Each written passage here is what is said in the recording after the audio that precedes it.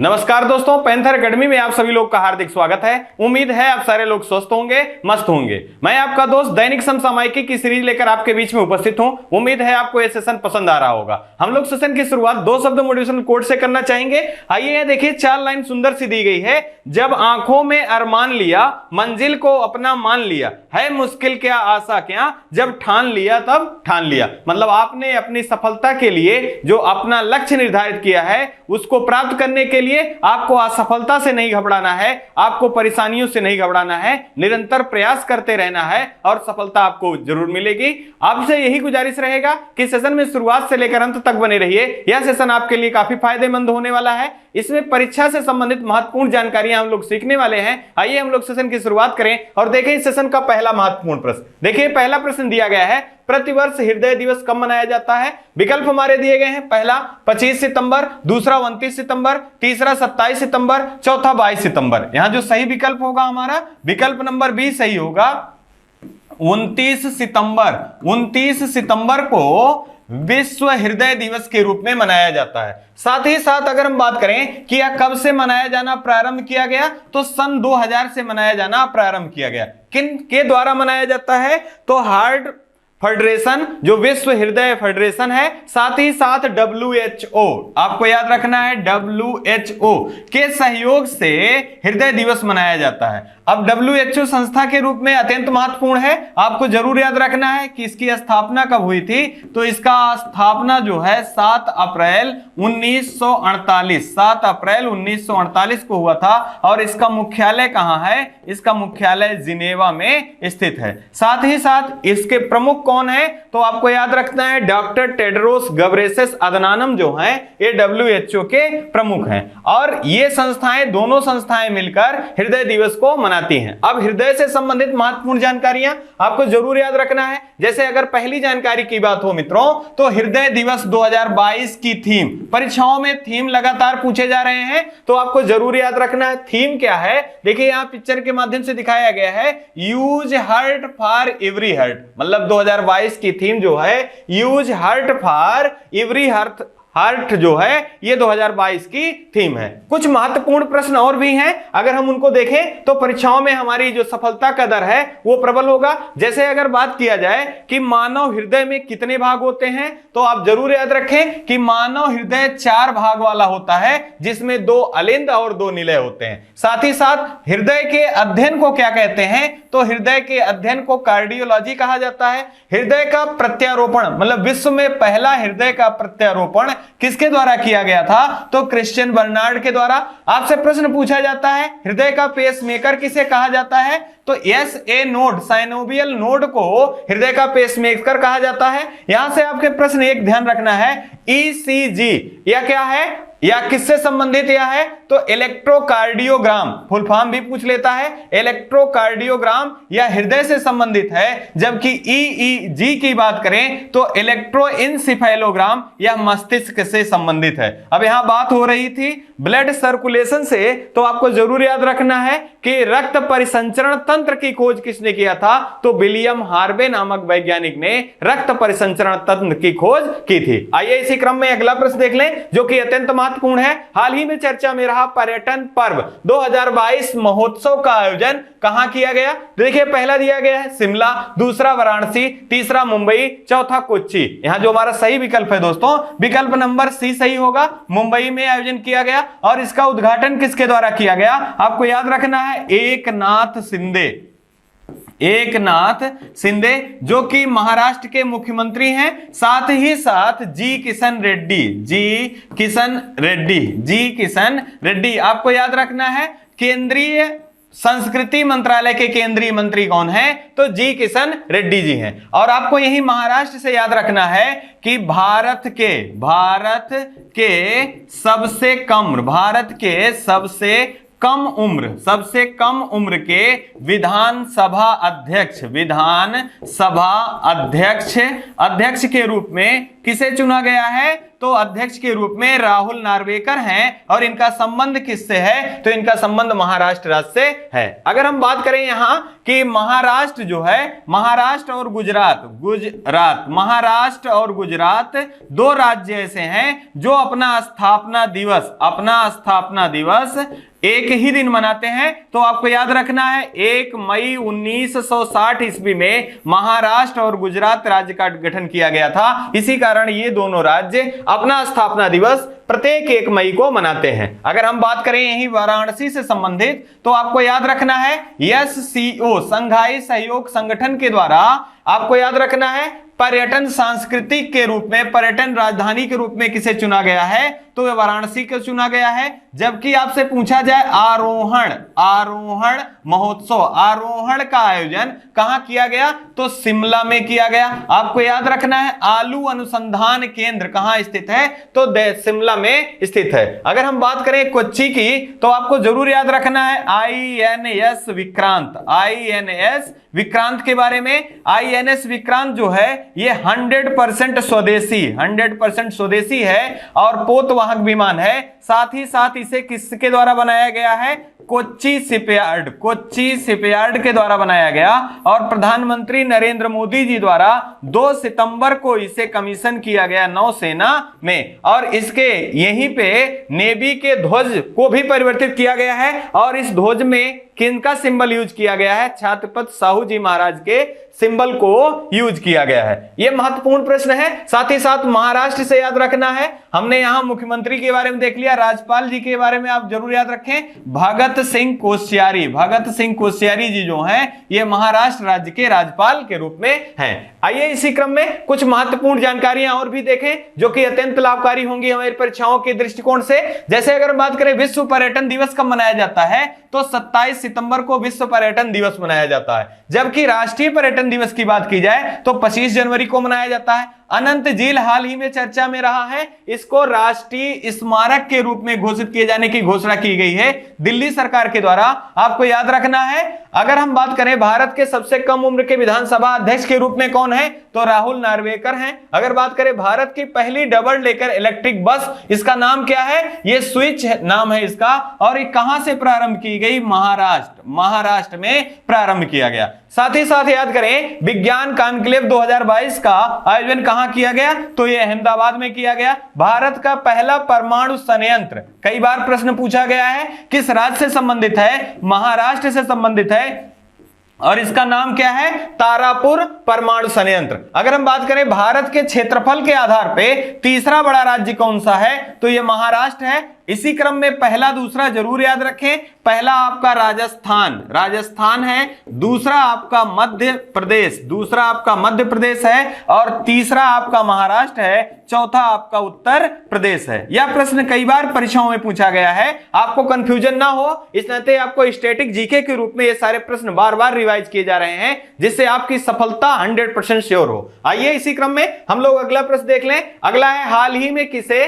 पहला राष्ट्रीय लता मंगेशकर सम्मान 2021 प्रदान किया गया। अत्यंत महत्वपूर्ण प्रश्न है और पुरस्कार से यहां से गलत होने की संभावना अत्यधिक है, इसको जरूर ध्यान से आपको सुनना है। देखिए पहला दिया गया कुमार सानू, दूसरा आनंद मिलिंद, तीसरा शैलेंद्र सिंह, चौथा नरेंद्र मोदी। यहां जो हमारा सही विकल्प होगा, विकल्प नंबर ये होगा कुमार सानू। अब यहां देखिए यहां दिया गया है राष्ट्रीय लता मंगेशकर सम्मान 2021। अब यहां हम जाने ये 3 वर्षों का एक साथ अनाउंसमेंट किया गया है, घोषणा की गई पुरस्कारों की। अगर बात की जाए 2019 की, बात की जाए दोस्तों 2020 की, बात की जाए 2021 की, तो 19 का जो दिया गया है ये शैलेंद्र सिंह ये गायक हैं। साथ ही साथ 20 के बारे में बात करें तो आनंद मिलिंद को दिया गया है। अगर हम बात करें दोस्तों 21 के बारे में तो कुमार सानू को राष्ट्रीय लता मंगेशकर पुरस्कार दिया गया है। आपसे पूछा जाता है कि स्वर कोकिला कोकिला के नाम से किसे जाना जाता है? तो लता मंगेशकर जी को स्वर कोकिला के नाम से जाना जाता है या भारत कोकिला के नाम से जाना जाता है। अगर बात करें भारत का सर्वोच्च सम्मान, भारत रत्न से लता मंगेशकर जी को कब सम्मानित किया गया था? 2001 ईस्वी में लता मंगेशकर जी को भारत रत्न से सम्मानित किया गया था। अगर बात करें फ्रांस की सर्वोच्च सम्मान से, लता मंगेशकर जी को भी फ्रांस के सर्वोच्च सम्मान से लीजन ऑफ ऑर्डर से भी सम्मानित किया गया है, आपको जरूर याद रखना है। इनका जन्म कहां हुआ था? मध्य प्रदेश के इंदौर में। कहां? मध्य प्रदेश के इंदौर में इनका जन्म हुआ था। यहां से महत्वपूर्ण जानकारी आपको जो प्रश्न के रूप में दिया जा रहा है, अगर प्रश्न पूछा जाए राष्ट्रीय लता मंगेशकर सम्मान, तो आपको जरूर याद रखना है 19 में शैलेंद्र सिंह, 20 में आनंद मिलिंद और 21 में कुमार सानू। ये इन सारे लोगों का जो क्षेत्र है ये गायक हैं। साथ ही साथ अगर आपसे प्रश्न पूछा जाए पहला लता दीनानाथ मंगेशकर पुरस्कार से किसे सम्मानित किया गया है? पहला तो प्रधानमंत्री नरेंद्र मोदी जी को सम्मानित किया गया है। यह प्रश्न आपसे कंफ्यूजन जरूर क्रिएट करेगा। बार बार यही कहा जा रहा है कि आप राष्ट्रीय अगर लता मंगेशकर पुरस्कार पूछा जाएगा तो 3 व्यक्तियों का नाम याद रखना है, और लता दीनानाथ मंगेशकर पुरस्कार 2022 पूछा जाए, ये पहला था प्रधानमंत्री नरेंद्र मोदी जी को दिया गया है। और पुरस्कार से देखें, अगर पहला एलिजाबेथ द्वितीय पुरस्कार से किसे सम्मानित किया गया है? तो सुएला ब्रेवरमैन को सम्मानित किया गया है। और ये गृह सचिव हैं। कहां की? ये ब्रिटेन की गृह सचिव हैं और ब्रिटेन में हाल ही में तीसरी महिला प्रधानमंत्री के रूप में चुनी गई हैं। उनका क्या नाम है? Liz Truss. अगर हम बात करें सुभाष चंद्र आपदा प्रबंधन पुरस्कार व्यक्तिगत श्रेणी में किसे दिया गया है? प्रोफेसर विनोद को दिया गया है, जबकि संस्थागत श्रेणी में गुजरात आपदा को दिया गया है। 52वां दादा साहब फाल्के पुरस्कार की बात करें दोस्तों तो आशा पारेख जी को दिया गया है। और दादा साहब फाल्के पुरस्कार कब से प्रारंभ किया गया है? 1969 ईस्वी से प्रारंभ किया गया। पहला किसे दिया गया था? देविका रानी को दिया गया था। और 51वां किसे दिया गया है? रजनीकांत को दिया गया है। 50वां किसे दिया गया है? अमिताभ बच्चन जी को दिया गया। देखिए यहां दिया गया पुनः लता मंगेशकर दीनानाथ पुरस्कार नरेंद्र मोदी जी को दिया गया। फ्रांस का सर्वोच्च सम्मान हाल ही में घोषणा की गई है स्वाति पीरामल को, साथ ही साथ शशि थरूर जी को दिया गया है। हरमन क्रेस्टन पुरस्कार अभी हाल ही में हम लोगों ने बात किया था, खुले तौर पर बुराइयों का विरोध करना या समाज में जो बुराइयां हैं उनका खुले तौर पर विरोध करने के लिए मीना कांडासामी जो कि चेन्नई से संबंधित हैं, इनको जर्मनी में हरमन क्रेस्टन पुरस्कार 2022 दिए जाने की घोषणा की गई है। ये लेखिका हैं। क्या हैं? लेखिका हैं, आपको ध्यान रखना है। अगर बात करें यूनेस्को शांति पुरस्कार की तो ये किसे सम्मानित किए जाने की घोषणा की गई है? एंजेला मार्केल को। और ये पूर्व में जर्मनी की चांसलर रही हैं। आपको याद रखना है कि वर्तमान में जर्मनी के चांसलर कौन है? तो ओलाफ सोल्ज जो है जर्मनी के चांसलर हैं। साथ ही साथ जर्मनी की राजधानी क्या है? बर्लिन है। और यह किस नदी के तट पर स्थित है? तो यह स्प्री नदी के तट पर स्थित है। आइए इसी क्रम में अगला देख लें। अगला देखिए, हाल ही में भारत के महान्यायवादी के रूप में किसे नियुक्त किया गया है? अत्यंत महत्वपूर्ण प्रश्न है क्योंकि यहां से जो संशय है या कंफ्यूजन है काफी होने की संभावना है। हम देखें विकल्प के रूप में पहला दिया गया मुकुल रोहतगी, दूसरा के वेणुगोपाल, चौथा आर वेंकटे रमणी, चौथा दिया गया है यहां पर यम शीतलवाड़। यहां जो हमारा सही विकल्प है ये विकल्प नंबर सी, आर वेंकट रमण जो हैं इनको भारत के अगले महान्यायवादी के रूप में नियुक्त किया गया है। अब अगर हम बात करें इन्होंने किसका स्थान लिया है तो इन्होंने के वेणुगोपाल जी का स्थान लिया है। अगर हम बात कर लें कि भारत का महान्यायवादी यह किस अनुच्छेद में वर्णित है तो ये कई बार परीक्षाओं में पूछा गया है, अनुच्छेद 76 में वर्णित है। अब यहां से ध्यान देना है कि केंद्र में सबसे बड़ा या भारत का सबसे बड़ा विधि अधिकारी कौन होता है तो वो महान्यायवादी होता है। साथ ही साथ अगर हम बात करें राज्यों के परिप्रेक्ष्य में केंद्र में महान्यायवादी होते हैं, तो राज्यों में महाअधिवक्ता होते हैं। यह किस अनुच्छेद में वर्णित है? तो आपको इनको भी याद रखना है, अनुच्छेद 165 में वर्णित है। इनकी नियुक्ति से संबंधित आपको याद रखना है, नियुक्ति किसके द्वारा होती है? तो केंद्रीय मंत्रिमंडल के सलाह पर राष्ट्रपति के द्वारा इनकी नियुक्ति की जाती है। और इनका कार्यकाल कितना होता है? इनका कार्यकाल राष्ट्रपति के प्रसाद पर्यंत, मतलब राष्ट्रपति जब तक चाहे तब तक यह न्यायवादी के पद पर बने रहेंगे। साथ ही साथ आपसे प्रश्न पूछा जाता है कि संयुक्त बैठक कौन बुलाता है? तो आपको याद रखना है, राष्ट्रपति महोदय के द्वारा संयुक्त बैठक बुलाई जाती है। और किस अनुच्छेद में वर्णित है? तो अनुच्छेद 108 में वर्णित है। यहां से प्रश्न पूछा जाता है कि राष्ट्रपति के द्वारा संयुक्त बैठक बुलाई जाती है, तो क्या महान्यायवादी उस बैठक का हिस्सा हो सकता है? तो आपका जवाब होना चाहिए कि बैठक का हिस्सा हो सकता है, परंतु वोट देने का अधिकार महान्यायवादी के पास नहीं होता है। यही प्रश्न पूछा जाता है कि अगर भाग लेता है तो वोट देने का अधिकार भी होगा, और आपको इसको जरूर नोट डाउन करना चाहिए कि वोट देने का अधिकार इनके पास नहीं होता है। अगर हम बात कर लें यहां महत्वपूर्ण जानकारी के रूप में कि भारत के पहले महान्यायवादी कौन थे, तो यम शीतलवाड़ जी जो थे, ये भारत के पहले महान्यायवादी थे। ये कुछ महत्वपूर्ण प्रश्न हैं जो कि आपको जरूर याद रखना है। अभी हाल फिलहाल के दिनों में चर्चा जोर शोर से था कि मुकुल रोहतगी जी दूसरी बार भारत के महान्यायवादी के रूप में कार्यभार संभालेंगे, लेकिन उनके मना करने के बाद, निजी कारणों से मना करने के बाद आर वेंकटरमण को इनको भारत का महान्यायवादी के रूप में नियुक्त किया गया है। आइए इसी क्रम में कुछ महत्वपूर्ण नियुक्तियां हैं जो कि हम लोग एक नजर में देख लें। आने वाली परीक्षा में हम यहां से जरूर लाभ हमको होने वाला है। देखिए, भारत का महालेखा परीक्षक अत्यंत महत्वपूर्ण है, ये 14वें हैं। कौन है? गिरीश चंद्र मुर्मू है। लेकिन अगर यही पूछा जाए आपसे, भारत के नियंत्रक कौन है, महालेखा नियंत्रक कौन है, तो यह सोनाली सिंह है। और महालेखा परीक्षक को कैग के नाम से जाना जाता है, और महानियंत्रक जो है यह सोनाली सिंह है। अगर हम बात करें लोकसभा के अध्यक्ष कौन है, तो लोकसभा के अध्यक्ष ओम बिरला जी हैं। और कौन सी लोकसभा? यह 17वीं लोकसभा है। किस अनुच्छेद में वर्णित है लोकसभा स्पीकर? तो अनुच्छेद 93 में लोकसभा स्पीकर के पद का वर्णन है। अगर हम बात करें नेता विपक्ष कौन है, तो अधीर रंजन चौधरी हैं। अगर बात करें कैबिनेट सचिव के रूप में कौन है, तो राजीव गौबा जी हैं। गृह सचिव के रूप में अजय कुमार भल्ला हैं। अगर भारत के मुख्य निर्वाचन आयोग के बारे में बात करें तो राजीव कुमार जी हैं। कौन है? राजीव कुमार जी हैं। पहले कौन थे? तो सुकुमार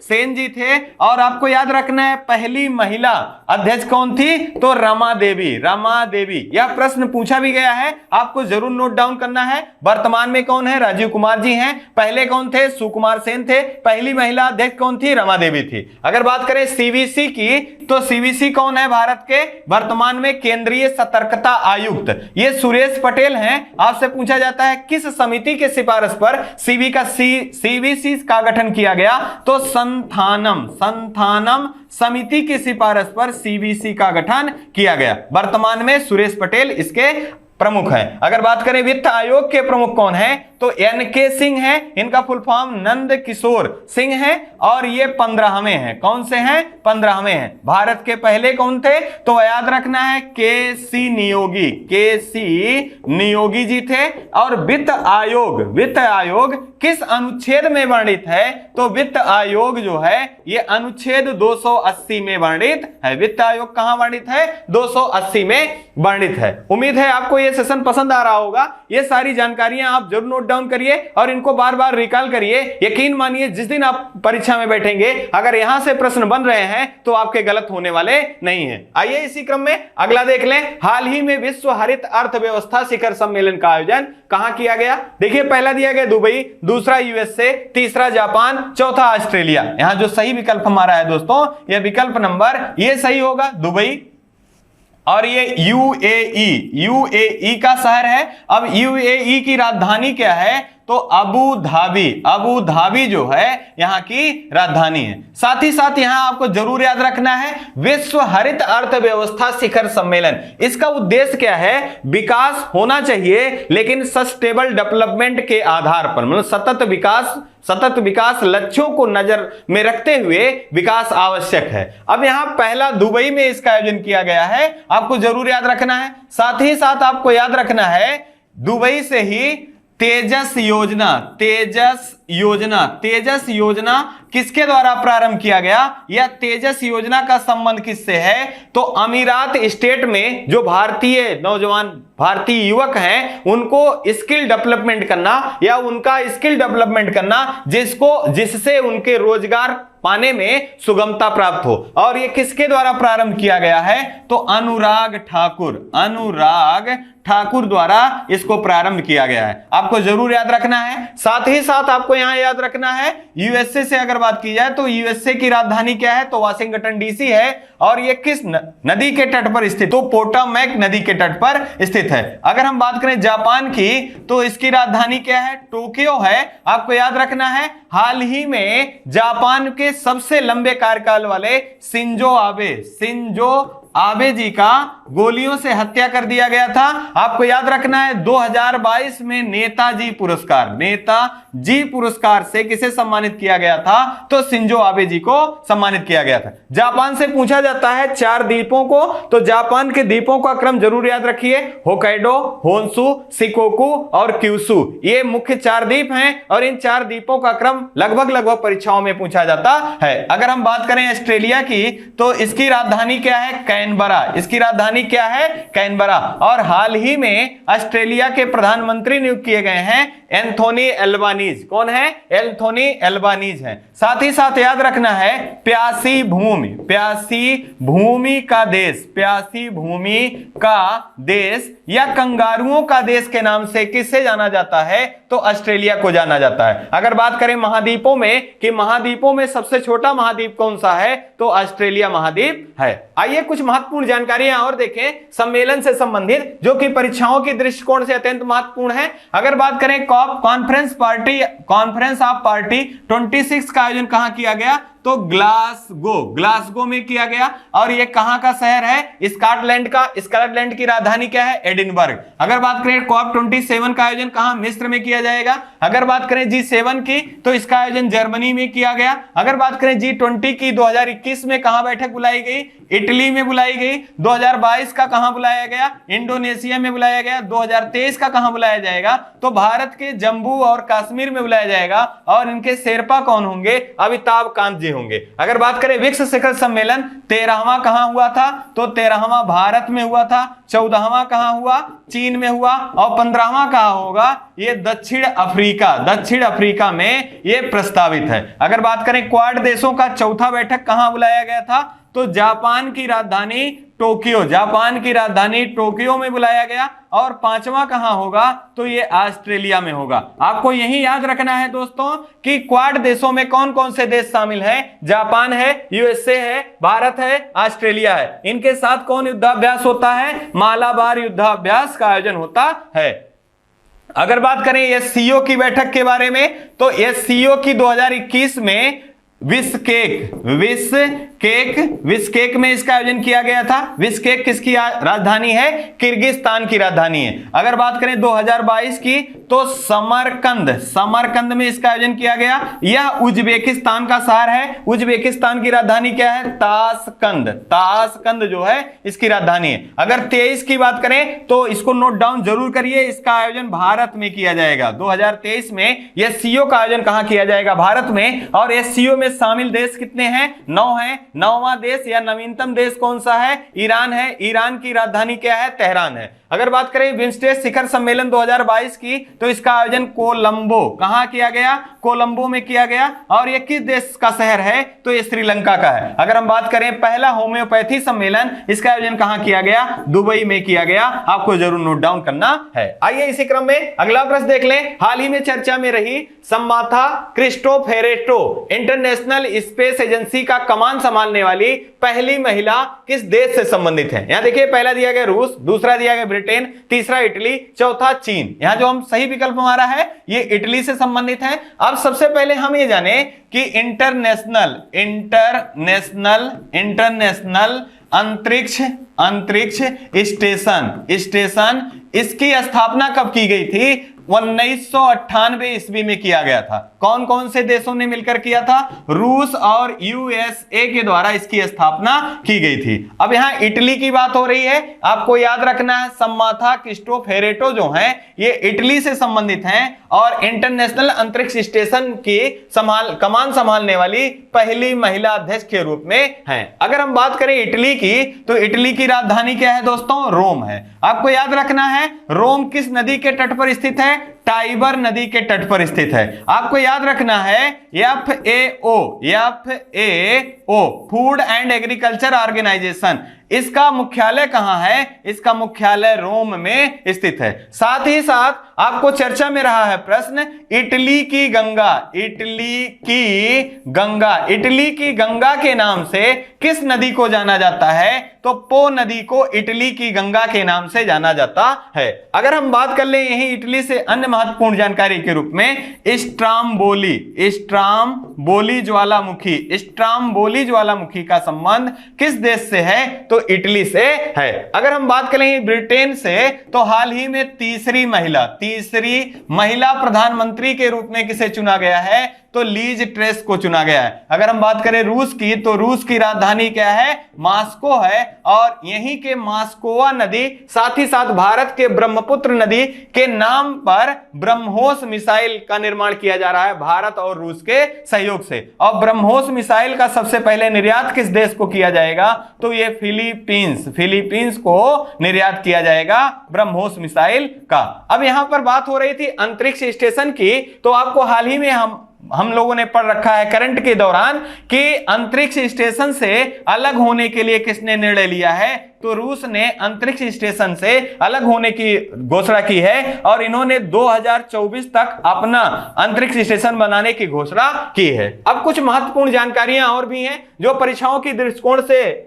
अत्यंत लाभकारी सिद्ध होंगे। अगर उनको हम देख लें तो हमारी जानकारी और भी सुदृढ़ हो जाएगी। जैसे आपसे अगर प्रश्न पूछा जाए आर्टेमिस मिशन किसका है, तो आप जरूर याद रखें यह नासा का मिशन है। क्या है? Artemis mission. अगर बात करें निसार, तो यहां पर निसार भारत और नासा के सहयोग से एक संयुक्त अभ्यास है निसार। अगर बात करें नूर की, तो ईरान का है। अगर बात करें नूरी की, तो यह दक्षिण कोरिया का है। अगर बात करें गगनयान की, तो भारत का पहला मानव सही यान कौन सा है? तो यह गगनयान है।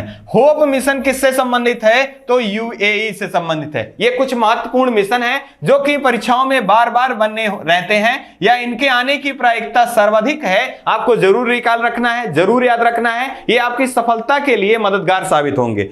खोल दे पंख मेरे कहता है परिंदा, अभी उड़ान बाकी है, जमी नहीं है मंजिल मेरी, अभी पूरा आसमान बाकी है। आपको अपनी तैयारी इतनी सुदृढ़ करनी चाहिए कि परीक्षा चाहे जो हो लेकिन एक सीट आपका होना ही चाहिए। आइए इसी क्रम में हम लोग आगे बढ़े। यहां देखिए अगला प्रश्न है, हाल ही में चर्चा में रहा दुनिया का पहला सीएनजी टर्मिनल का शिलान्यास का आयोजन कहां किया गया? देखिए पहला दिया गया भावनगर गुजरात, दूसरा गांधीनगर गुजरात, तीसरा बड़ोदरा गुजरात, चौथा सूरत गुजरात। यहां जो हमारा सही विकल्प होगा, विकल्प नंबर ये सही होगा, भावनगर गुजरात में दुनिया का पहला सीएनजी टर्मिनल। अब यहां सीएनजी का आशय क्या है? इसको बोला जाता है कंप्रेस्ड नेचुरल गैस और इसका मुख्य अवयव क्या है? तो इसका मुख्य अवयव जो है ये मीथेन है। क्या है दोस्तों? मीथेन है। और इसका उद्घाटन किसके द्वारा किया गया है? तो आज ही के दिन प्रधानमंत्री नरेंद्र मोदी जी के द्वारा 30 सितंबर को इसका उद्घाटन किया गया। साथ ही साथ अगर हम बात करें गांधीनगर गुजरात से संबंधित, तो यहां पर आपको याद रखना है डेफ एक्सपो 2022 का आयोजन कहां किया जाएगा? तो यह गांधीनगर गुजरात में किए जाने की घोषणा की गई है। 2021 में इसका आयोजन होना था लेकिन कोविड काल होने के कारण या कोविड के कारण इसे स्थगित कर दिया गया था। अगर हम बात करें बड़ोदरा गुजरात की, तो रेल यूनिवर्सिटी की स्थापना कहां की जा रही है? तो बड़ोदरा गुजरात में। अगर यही बात कर लें सूरत में, तो बुलेट ट्रेन कि बुलेट ट्रेन का सफल परीक्षण भारत में कहां से किया गया? तो यह सूरत में किया गया। साथ ही साथ आपको याद रखना है स्टील वेस्ट से रोड भारत में सबसे पहले कहां बनाया गया? तो सूरत में बनाया गया। आपको ध्यान रखना है यहीं से कि भारत का मैनचेस्टर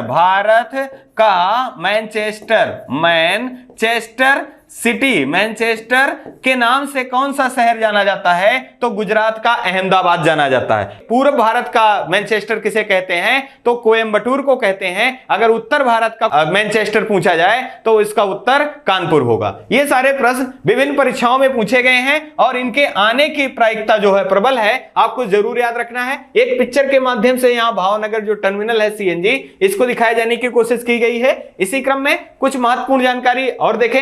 यहां देखिए अगला है, हाल ही में जयंती पटनायक का निधन हो गया, इनका संबंध था। मतलब ये जयंती पटनायक जी का निधन हो गया है तो ये पूछा जा रहा है कि इनका संबंध किससे था? ये खिलाड़ी थी, ये राजनेता थी, चिकित्सक थी या वैज्ञानिक थी? तो यहां जो हमारा सही विकल्प होगा ये राजनेता थी। क्या थी? राजनेता। साथ ही साथ यहां से एक प्रश्न विगत परीक्षा में यूपीपीसीएस में बना हुआ है कि भारत की पहली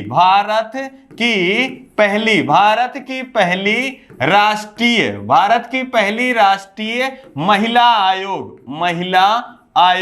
महिला आयोग की अध्यक्षा या प्रमुख कौन थी? तो आपको जरूर याद रखना है, इसको नोट डाउन करना है। जयंती पटनायक जो हैं ये महिला आयोग की पहली प्रमुख थी। अब ये पहली प्रमुख थी। वर्तमान में कौन है? तो रेखा शर्मा जी जो हैं ये वर्तमान में हैं। अब यहां से बात हो रही है अत्यंत महत्वपूर्ण जो संबंधित लोगों से, तो कुछ महत्वपूर्ण ऐसे व्यक्ति हैं जो कि परीक्षाओं में बार बार बने रहते हैं। अगर उनको हम रिकॉल कर लें तो हमारे प्रश्न गलत नहीं होने वाले हैं। जैसे देखिए यूएन महासभा में पहली भारतीय महिला अध्यक्ष के रूप में कौन थी? तो विजय लक्ष्मी पंडित। कौन थी? विजय लक्ष्मी पंडित थी। साथ ही साथ वर्तमान में कौन है? अब्दुल्ला शाहिद हैं और इनका संबंध कहां से है? मालदीव। कहां से? मालदीव। और मालदीव के एक वित्त मंत्री हैं। क्या है? वित्त मंत्री हैं। साथ ही साथ एशिया महाद्वीप का सबसे छोटा देश कौन सा है? मालदीव है। और भारत और मालदीव के बीच में कौन सा युद्धाभ्यास होता है? तो यूक्रेनियन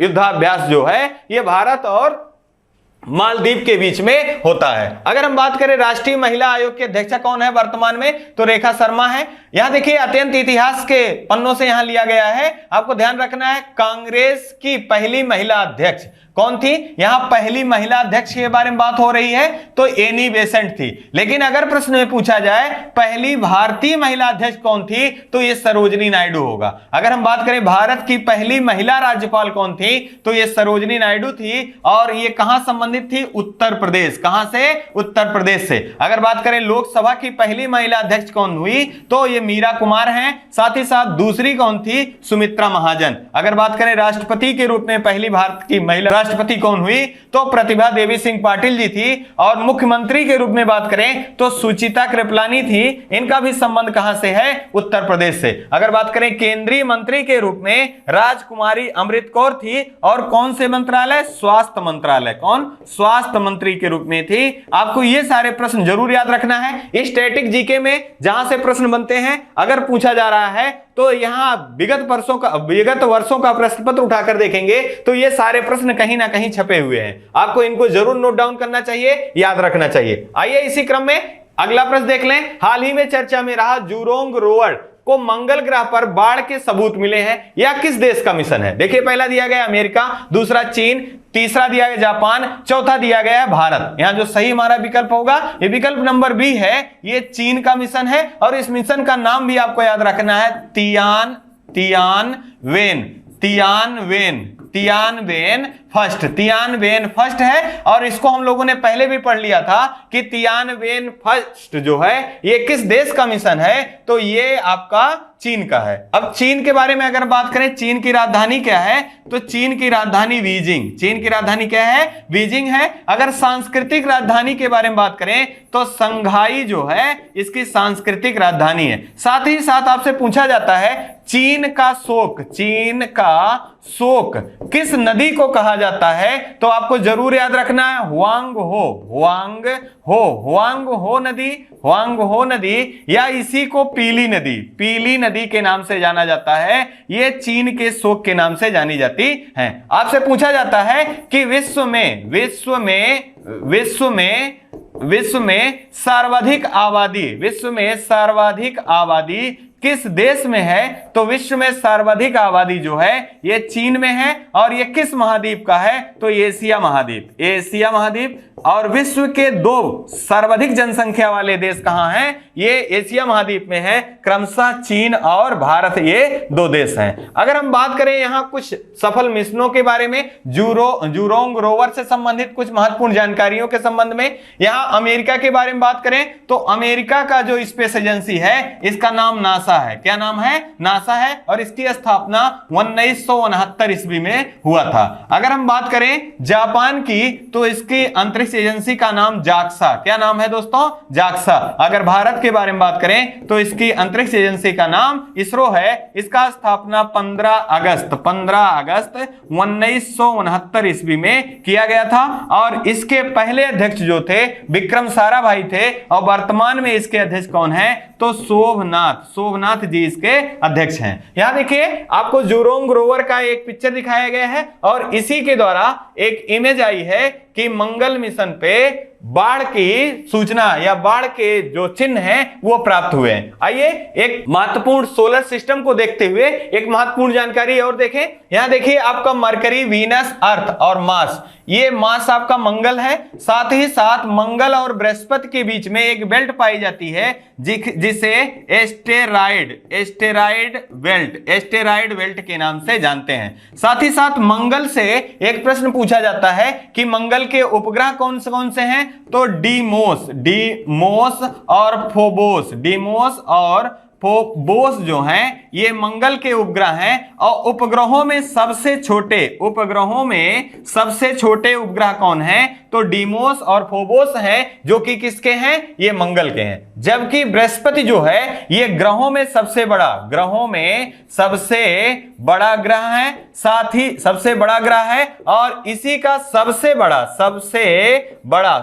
बड़ा उपग्रह भी है और इसका नाम क्या है, गैनीमीड जो है इसका सबसे बड़ा उपग्रह है। आपको याद रखना है पृथ्वी का एकमात्र उपग्रह या प्राकृतिक उपग्रह है जिसे चंद्रमा के नाम से जानते हैं। यह महत्वपूर्ण प्रश्न है। यहां से सोलर सिस्टम से ये सारे प्रश्न जरूर पूछ लिए जाते हैं। आपसे पूछ लिया जाता है जुपिटर और अर्थ के बीच में कौन सा है, तो मंगल या मार्स है। आपसे पूछ लिया जाता है यहां से कि जुपिटर और वीनस के बीच में कौन से 2 ग्रह हैं, तो अर्थ और मार्स हैं। आइए इसी क्रम में हम लोग अगला प्रश्न देख लें और इस सेशन का लास्ट प्रश्न है, हाल ही में बंडारू विल्सन बाबू किस देश में भारत के नए राजदूत बनाए गए। अब यहां देखिए पहला दिया गया कनाडा, दूसरा बांग्लादेश, तीसरा मेडागास्कर, चौथा दिया गया जापान। यहां जो सही हमारा विकल्प है मेडागास्कर में भारत के नए राजदूत बनाए गए हैं कौन, इनका नाम याद रखिए, बंडारू विल्सन बाबू। अब हाल फिलहाल के दिनों में कुछ महत्वपूर्ण जो नियुक्तियां हुई हैं, अगर उनको हम रिकॉल कर लें तो आने वाली परीक्षाओं में हमारे प्रश्न गलत होने की संभावना कम होगी। आइए इसी क्रम में देखें, सीवी जॉर्ज, इनको राजदूत बनाया गया है कहां, जापान में। अगर बात करें प्रणय कुमार वर्मा की तो ये बांग्लादेश में राजदूत नियुक्त किए गए हैं। प्रकाश चंद्र के बारे में बात करें तो इरिट्रिया में बनाए गए हैं। विक्रम दोराई स्वामी ब्रिटेन में बनाए गए हैं। और नागेश सिंह की बात करें तो थाईलैंड में बनाए गए हैं। संजय वर्मा की बात करें कनाडा में बनाए गए हैं। और सुधाकर दलेला की बात करें तो भूटान में बनाए गए हैं। ये महत्वपूर्ण जानकारियां थी, आपको जरूर याद रखना है। इसी क्रम में आपसे कल वाली सीरीज में एक छोटी सी गलती हो गई थी, उसको सुधार कर लीजिए। आपको बताया गया था कि उत्तर प्रदेश का सोनभद्र जो जिला है ये 4 राज्यों से सीमा साझा करता है। तो उसमें आपको बताया गया था बिहार, साथ ही साथ आपको बता दिया गया था उत्तराखंड, जो कि आप सही कर लीजिए, उत्तराखंड के स्थान पे झारखंड, मध्य प्रदेश, मध्य प्रदेश और छत्तीसगढ़। छत्तीसगढ़ ये सोनभद्र से सीमा साझा करने वाले 4 राज्य हैं। बिहार है, झारखंड है, मध्य प्रदेश है, छत्तीसगढ़ है। ये 4 राज्य उत्तर प्रदेश के सोनभद्र जिले से अपनी सीमा साझा करते हैं। इसी क्रम में आपसे 2 शब्द कह के हम विदा लेना चाहेंगे। देखिए यहां 2 शब्द सुंदर से लिखे गए हैं। हद में रहकर कभी कामयाबी नहीं मिलती, जीत के लिए हद पार करना होता है। मतलब आपको अपना टाइम टेबल या अपनी जो कार्यशैली का दिनचर्या है, उस दिनचर्या में जो आपके पास एफिशिएंसी है 100% वो टोटल लगा देनी है, क्योंकि आपको जल्द से जल्द सफलता को प्राप्त करना है। इसी क्रम में आपसे सिर्फ इतनी गुजारिश रहेगी कि आप चैनल के प्रति अपना जो आभार प्रेम बनाए हैं इसी तरह बनाए रखिए। साथ ही साथ आप अपना और अपने परिवार का खूब ढेर सारा ध्यान रखें। जय हिंद, जय भारत।